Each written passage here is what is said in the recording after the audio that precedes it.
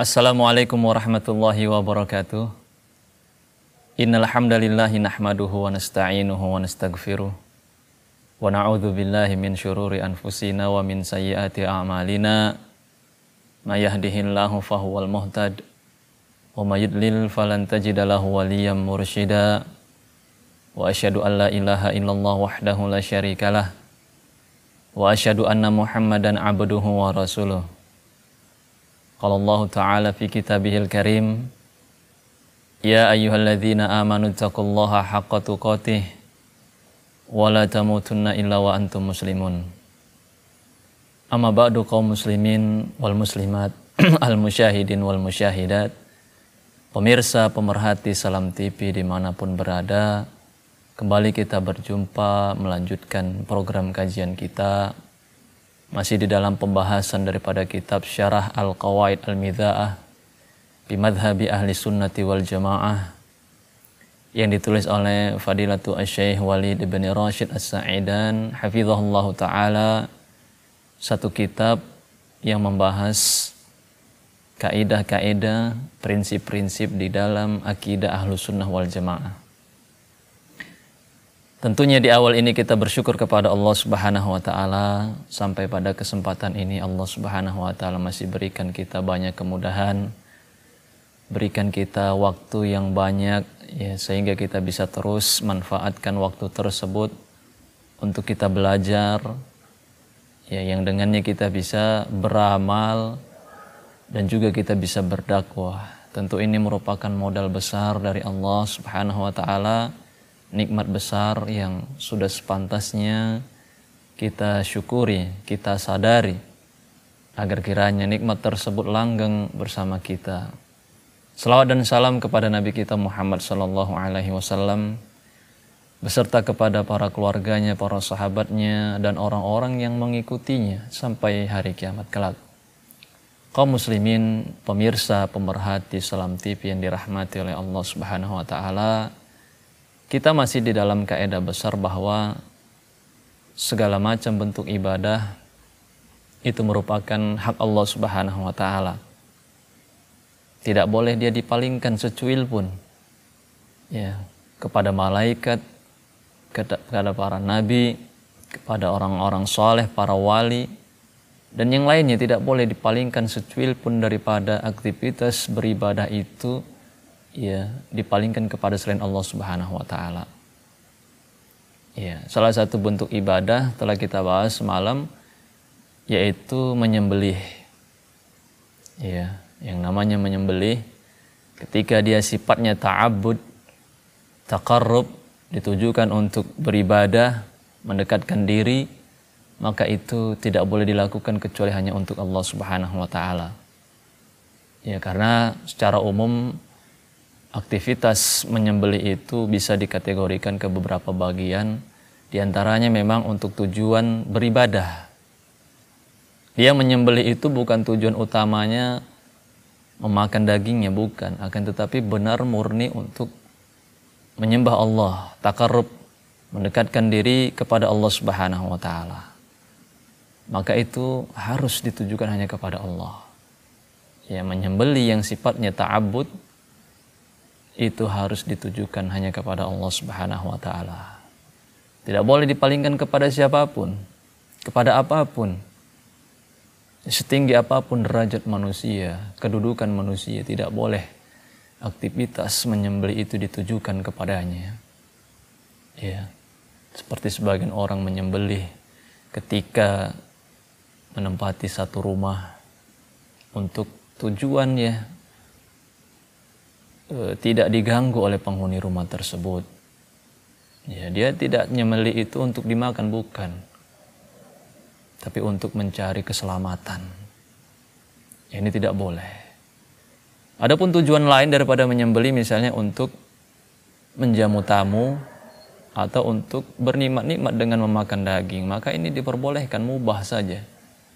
Ya, dia tidak terkait dengan hukum kepada Allah Subhanahu wa taala karena dia hanya untuk konsumsi.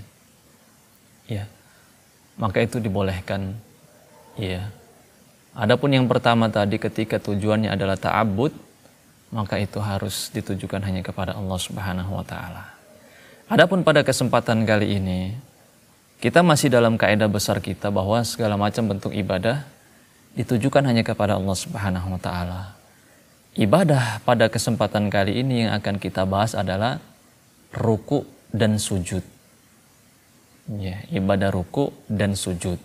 Ya, ini terlepas tentunya dari ibadah sholat ya. Artinya ruku dan sujud itu sendiri juga merupakan bentuk ibadah. Bahkan nanti kita sebutkan bahwa semua makhluk yang ada di langit dan di bumi itu mereka bersujud kepada Allah Subhanahu wa taala. Bahkan matahari, bulan, bintang juga bersujud kepada Allah Subhanahu wa taala. Bukan hanya manusia yang bersujud kepada Allah Subhanahu wa taala. Ya. Jadi ini merupakan ibadah yang akan kita bahas pada kesempatan kali ini. Kita berdoa kepada Allah, semoga Allah Subhanahu wa taala berikan kita kemudahan untuk memahami materi ini. Demikian pula kemudahan untuk kita bisa terus ya menjalankan, mengamalkan ilmu yang telah kita pelajari. Penulis mengatakan, as-sujudu war-ruku fa innahu min syariati Muhammadin sallallahu alaihi wasallam. Ya. Bahwa sujud dan ruku ini merupakan bagian daripada syariat Nabi kita Muhammad sallallahu alaihi wasallam. Minal ibadat allati la yajuz sarfuha illa lillahi ta'ala. Dia merupakan bagian daripada ibadah seperti ibadah-ibadah yang lainnya yang tidak boleh dipalingkan kepada selain Allah Subhanahu wa taala. Ya. Bahkan penulis mengatakan wa huma min ajallil ibadat wa a'zamil qurbat. Bahkan dia ini sujud dan ruku ini termasuk ke dalam ibadah yang paling mulia, yang paling besar. Ya. Fala yajuz li ahadin an yarka aw yasjuda li ahadin minal makhlukin ayan kana hadzal makhluk. Maka tidak boleh seseorang itu ruku ataupun sujud kepada siapapun dan kepada makhluk apapun ya, walaupun makhluk tersebut tinggi kedudukannya. Ya. Karena apa? Telah kita sebutkan bahwa kaidah besar kita annal ibadat haqqun mahdun syirfun lillahi ta'ala la yusyraku ma'ahu fiha ahadun. Yang namanya ibadah itu hak Allah Subhanahu wa taala. Dan dia tidak boleh ya dipalingkan kepada selain Allah Subhanahu wa taala. Jadi ini konsep yang pertama yang harus kita dudukkan, bahwa aktivitas ruku dan sujud itu merupakan bagian daripada ibadah. Ya. Nah, kalau kita sudah paham itu merupakan ibadah, maka dia kembali kepada kaidah besar kita. Ibadah itu tidak boleh dipersembahkan kepada siapapun kecuali hanya kepada Allah Subhanahu wa taala. Di antara dalil Allah Subhanahu wa taala berfirman, "Fasjudu lillahi wa'budu." Ya, sujudlah kalian hanya kepada Allah dan beribadalah hanya kepada Allah Subhanahu wa taala. Ya, ini harus tertanam di dalam jiwa kita. Demikian pula kita berusaha untuk menanamkannya kepada keluarga kita, kepada anak cucu kita. Ya, karena banyak hari ini ya orang-orang yang terbawa zaman ya, melihat perkembangan teknologi, mengikut pola dan juga kebiasaan yang dilihat, yang disaksikan di media-media ya. Hari ini banyak orang-orang yang menundukkan badan ataupun merukukkan badan ya, entah itu dari budaya-budaya non-Islam yang masuk. Ya, kemudian tanpa sadar dia melakukan hal tersebut kepada orang-orang di sekitarnya karena mengkonsumsi ya media-media yang ada. Oleh karenanya setelah kita paham konsep ini, kita beritahu keluarga kita, anak cucu kita bahwa memang tidak boleh seseorang itu bersujud kepada siapapun, rukuk kepada siapapun. Walaupun misalnya dalam ya upaya memuliakan. Ya, karena banyak orang-orang mengatakan rukuk ya ketika itu ditujukan untuk tujuan memuliakan, itu tidak masalah. Misalnya seorang murid kepada gurunya, ya, atau kepada ustadznya, kepada syekhnya, ya maka itu kita katakan tidak dibenarkan. Ya, karena jelas tadi kita katakan yang namanya rukuk dan sujud itu hanya ditujukan kepada Allah Subhanahu wa taala. Ya. Kemudian di ayat yang lain Allah Subhanahu wa taala berfirman, "Walillahi yasjudu ma fis samawati wa ma fil ardi min dabbah wal malaikatu wa hum la yastakbirun." Hanya kepada Allah Subhanahu wa taala bersujud segala apa yang ada di atas langit dan juga apa yang ada di dalam bumi. Ya, semuanya itu sujud kepada Allah Subhanahu wa taala. Makhluk yang ada di atas langit, para malaikat, dan juga makhluk-makhluk lain yang mungkin kita tidak mengetahui nama dan bentuknya. Yang jelas Allah telah persaksikan mereka semua itu sujud kepada Allah Subhanahu wa taala. Demikian pula yang ada di muka bumi ini, daripada binatang-binatang, pepohonan, mereka itu semua bersujud kepada Allah Subhanahu wa taala. Ya. Para ulama mengatakan hadza uslubu hasrin. Ya, ini metode pembatasan. Li'annal mutaqarrira fi qawaidin nahwi anna taqdima ma haqqahu ta'khir yufidul hasr. Ya, karena ada kaidah di dalam ilmu nahwu, apa yang dia harusnya dia di akhir, kemudian dia kedepankan, itu menunjukkan pembatasan. Artinya Allah menyebutkan di sini kepada Allah sujud apa yang ada di langit dan di bumi.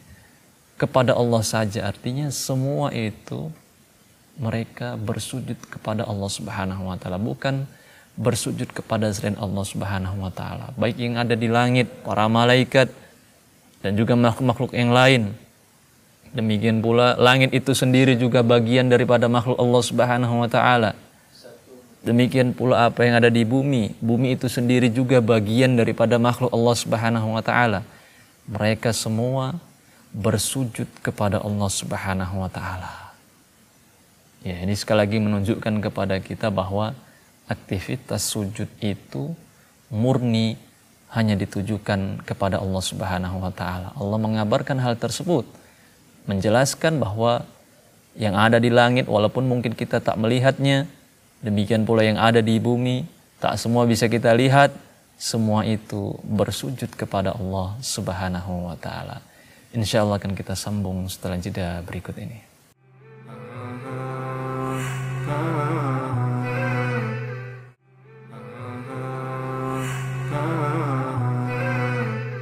Alhamdulillah wassalatu wassalamu ala rasulillahi amma ba'du. Pemirsa pemerhati Salam TV yang dirahmati oleh Allah, kembali kita melanjutkan pengajian kita masih di dalam pembahasan daripada kitab Syarah Al-Qawaid Al-Midha'ah bi Madhhabi Ahli Sunnati wal Jamaah yang ditulis oleh Fadilatu Asy-Syaikh Walid ibn Rashid As-Sa'idan hafizahullahu taala.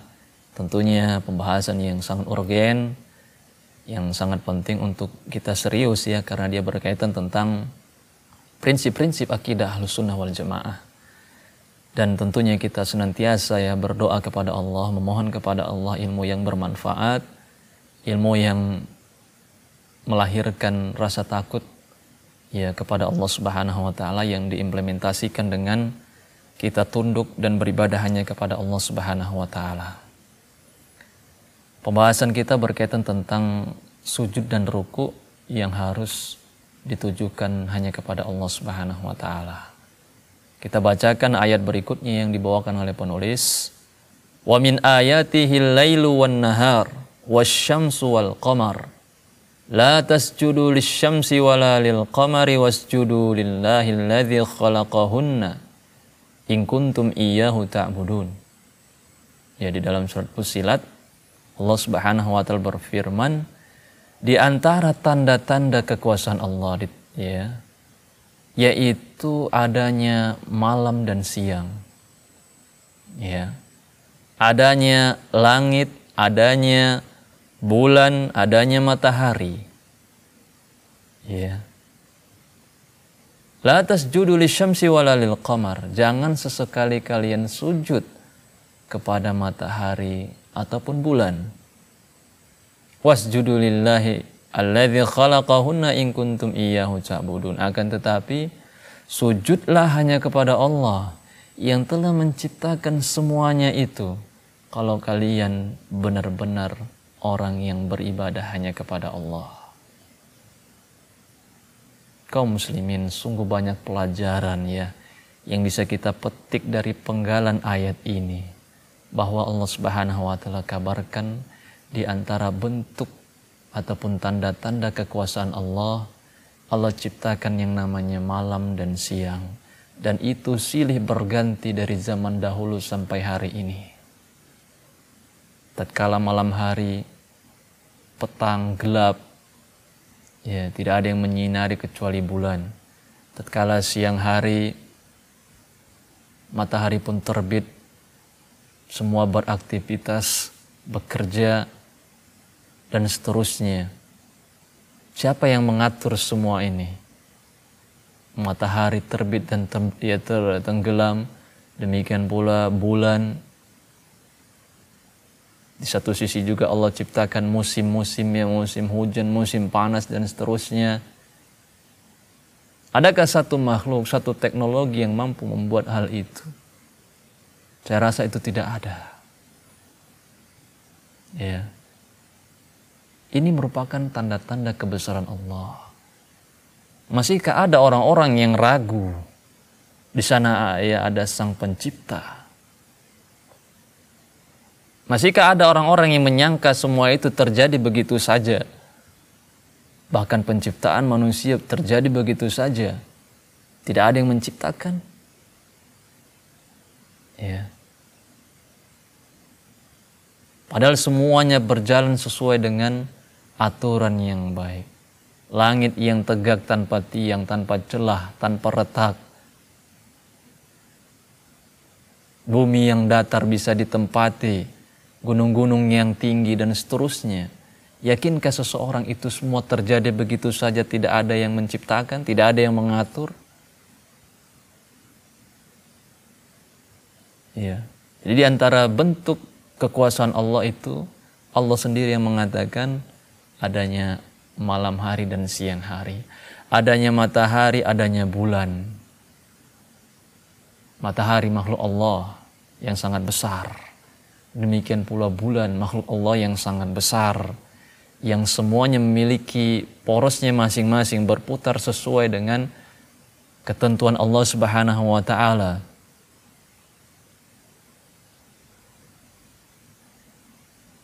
Akan tetapi Allah katakan dalam ayat ini, semua itu adalah makhluk Allah. Jangan sesekali bersujud kepada mereka. Ya.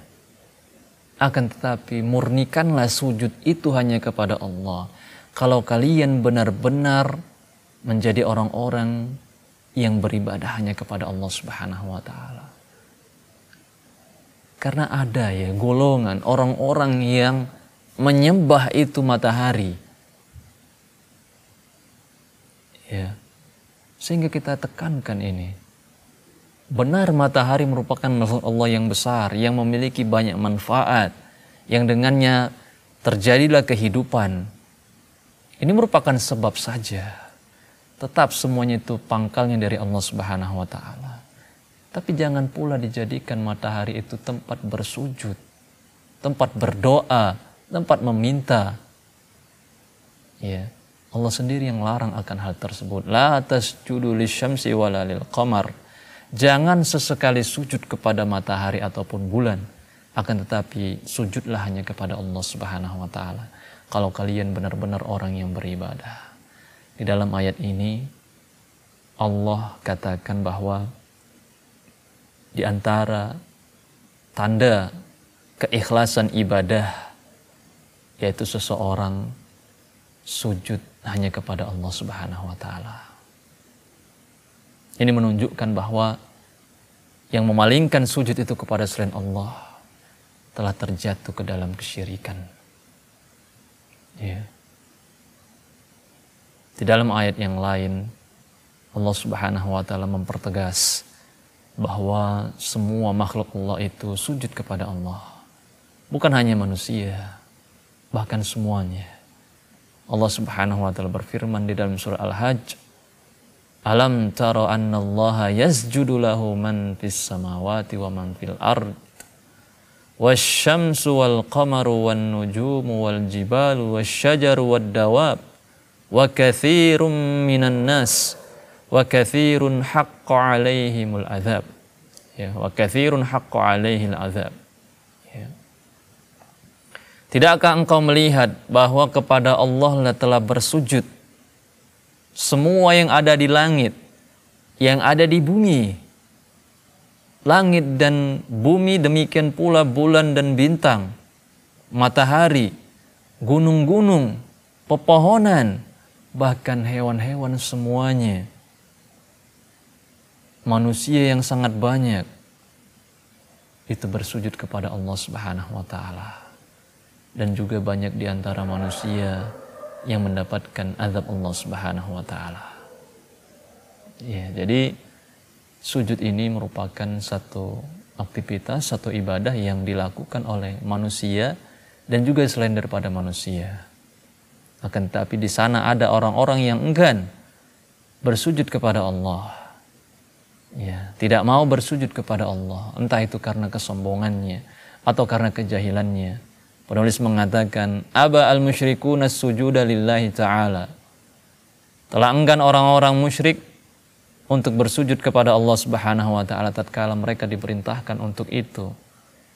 Allah berfirman, "Wa idza qila lahumusjudu lirrahmani qalu wa marrahman anasjudu lima ta'muruna wa zadahum nufura." Tatkala mereka diperintahkan untuk bersujud kepada Ar-Rahman, kepada Allah Subhanahu wa taala, mereka justru mengatakan, siapakah itu Rahman? Apa itu Rahman? Apakah kami harus sujud kepada yang engkau perintahkan kami kepadanya? Dan tidaklah perintah ini kecuali menambah kepada mereka kemurkaan mereka. Ya, rasa jauh mereka, semakin jauh mereka kepada Allah Subhanahu wa taala. Ya, tadi kita katakan bahwa secara umum makhluk Allah itu bersujud kepada Allah Subhanahu wa taala kecuali orang-orang musyrikun. Ya, sebagaimana dikabarkan di dalam ayat ini. Ya. Kemudian poin penting yang perlu kita sampaikan juga bahwa as-sujudu lillahi ta'ala yurithul izza wal fakhr wasima allati la yurithuha ghairuhu minal ibadat. Sujud itu ketika dia tentunya ditujukan kepada Allah, dia itu akan melahirkan kemuliaan, memberikan tanda di wajah seseorang.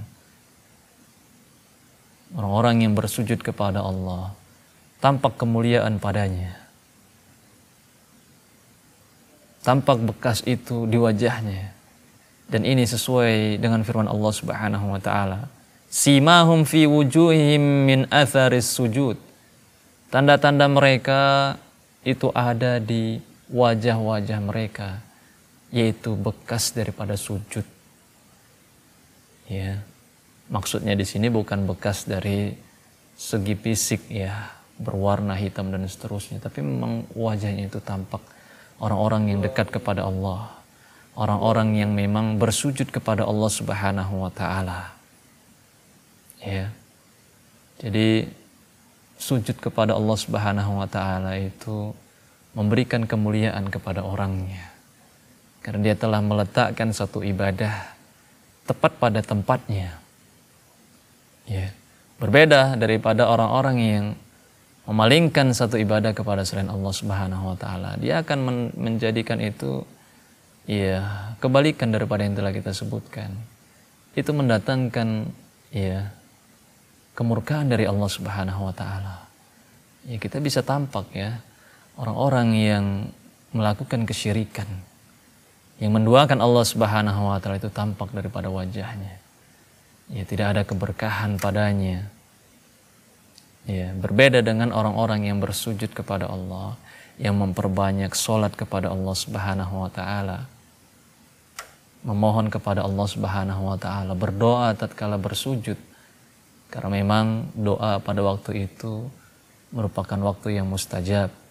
karena itu merupakan waktu terdekat antara seorang hamba dengan Allah Subhanahu wa taala. Jadi sujud ini menghasilkan kemuliaan, memberikan cahaya, memberikan tanda di wajah-wajah pelakunya, orang yang bersujud itu, berdasarkan firman Allah Subhanahu wa taala, simahum fi wujuhihim min atharis sujud. Tanda-tanda mereka itu tampak di wajah-wajah mereka yang merupakan bekas daripada bersujud. Sungguh mulia ya orang-orang yang mau bersujud kepada Allah Subhanahu wa taala, mau beribadah hanya kepada Allah Subhanahu wa taala, mendapatkan pujian daripada Allah Subhanahu wa taala. Selain kelak tentunya di akhirat dia akan mendapatkan balasan yang besar, surga Allah Subhanahu wa taala. Insya Allah akan kita sambung setelah jeda berikut ini.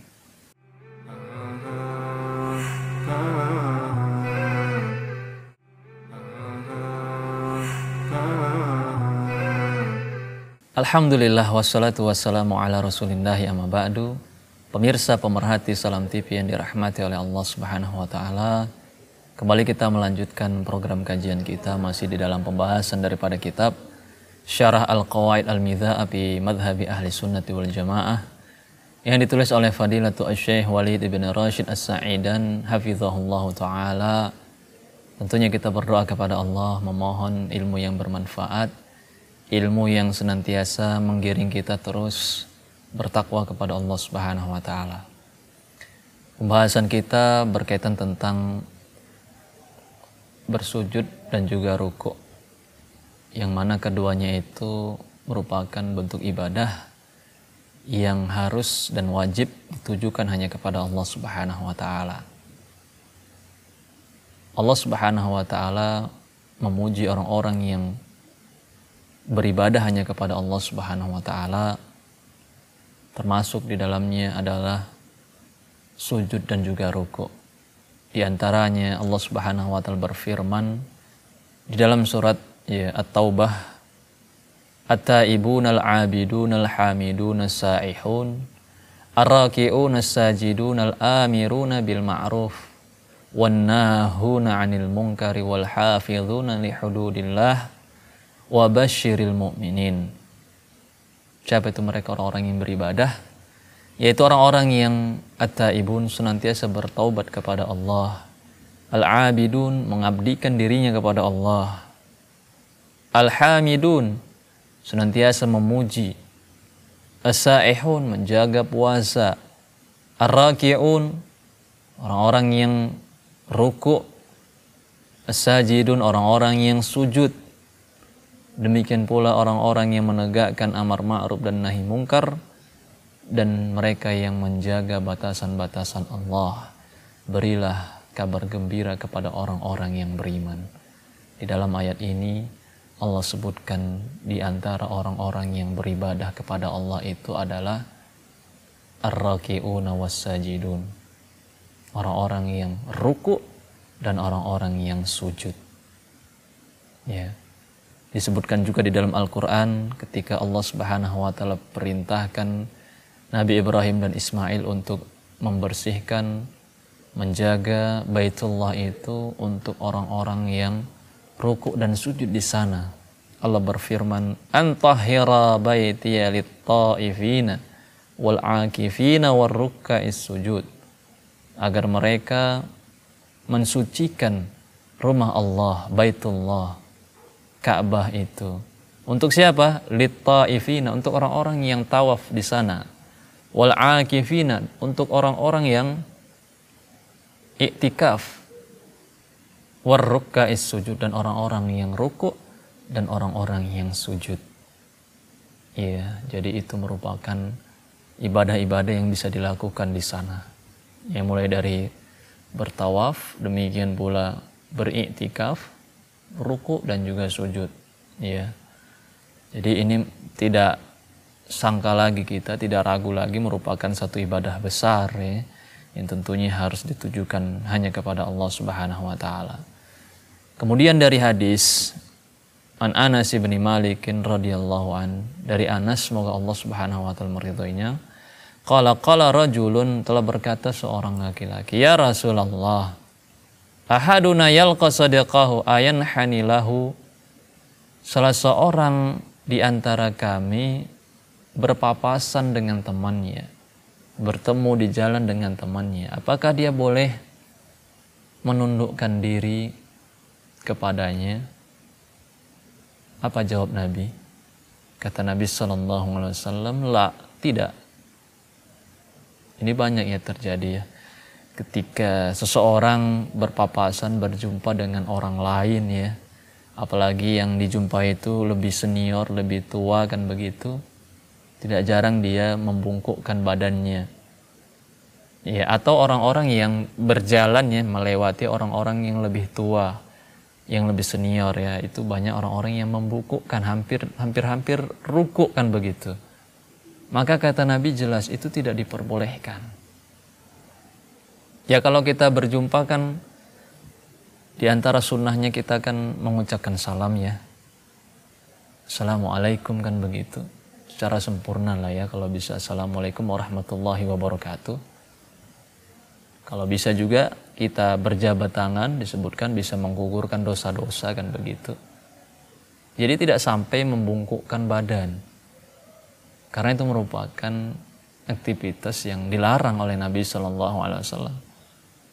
Ya. Lantas bagaimana kalau mencium tangan ya? Sebagian orang ada ya mencium tangan gurunya ya, ataupun mencium tangan orang tuanya.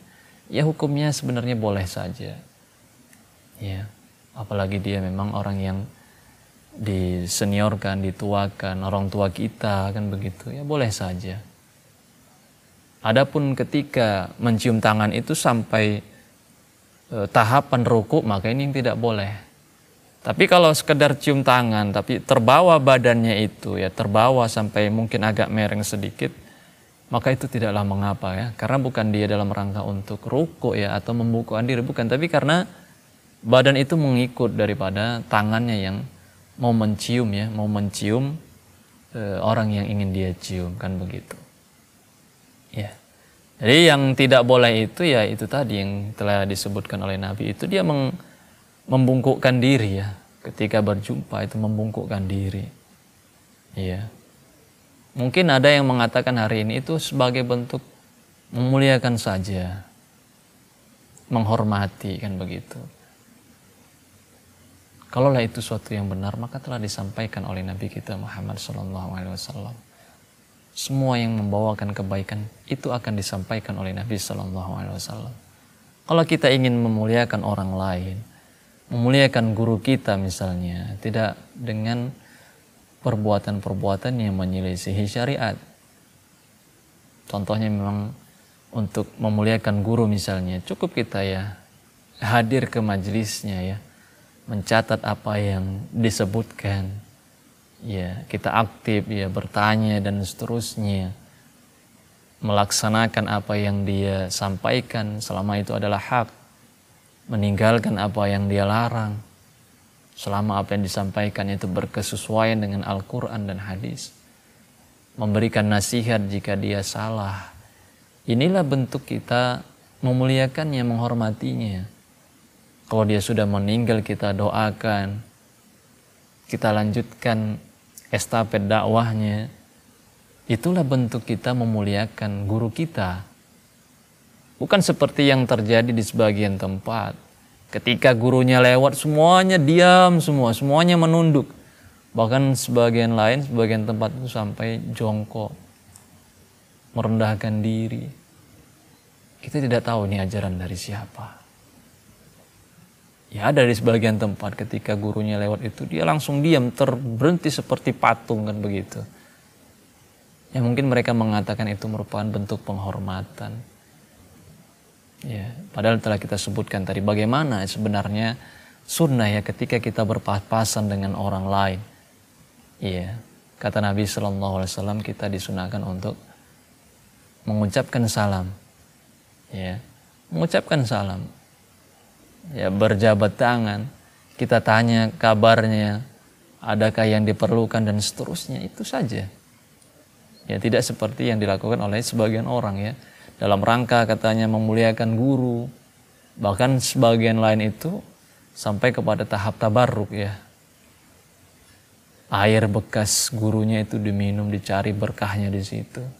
Keberkahan kaum muslimin, yang namanya keberkahan itu terjadi atau hanya ada pada dua.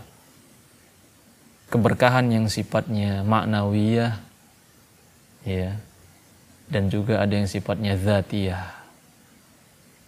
Ya.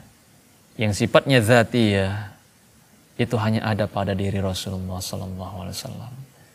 Zat Rasulullah, badan Rasulullah, keringat Rasulullah, rambut Rasulullah, itu semua mengandung keberkahan. Sehingga kita jumpai di riwayat-riwayat para sahabat itu saling berebut mengambil bekas wudhu Nabi karena itu ada keberkahan padanya. Ya. Tapi itu hanya ada pada diri Rasulullah. Ya. Adapun selain Rasulullah itu tidak ada padanya keberkahan yang sifatnya zatiyah. Yang ada hanyalah maknawiyah. Ya, bukan secara zat. Seperti Al-Quran misalnya ada keberkahan, ya. Tapi bukan keberkahan sifatnya zat, tapi secara makna. Kalau kita ingin mendapatkan keberkahan daripada Al-Quran, bukan dengan kita cium-cium Al-Quran atau kita ambil bagian daripada Al-Quran, kita selipkan di dompet atau digantung di mobil dan seterusnya. Atau sebagian orang menulis ayat-ayat Al-Quran di dalam mobil supaya mendapatkan keberkahan, selamat dan seterusnya. Bukan.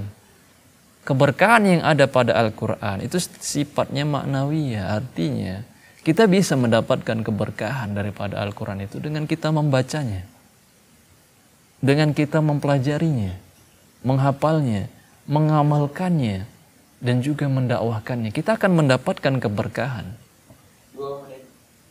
Ya, demikian pula hal-hal lain. Bulan Ramadan ada keberkahan padanya. Bagaimana kita mendapatkan keberkahan itu? Ya dengan kita mengisi waktu-waktu di bulan Ramadan itu dengan ibadah.